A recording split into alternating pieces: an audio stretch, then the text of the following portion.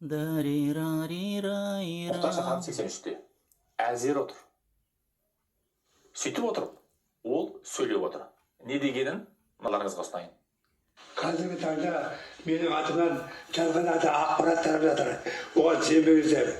Мен қазір Қасым-Жомарт Тоқаевтың жаңа конституциясын, оның саясатын толығымен қолдаймын.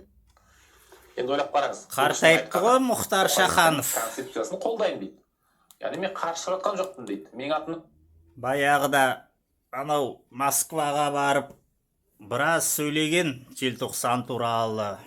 Ол сол кезде жүрегі жанып, мына Лимонға бір 20 жыл бұрын Лимонға кіріп, мына қазақша ақпарат неғ бағаларын бәрі орысша деп Мұхтар Шахановты жіберу керек еді. О, Лимонның бытшы шығатын еді. Бытыш!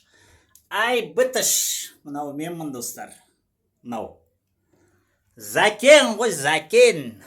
Мынау да Закен.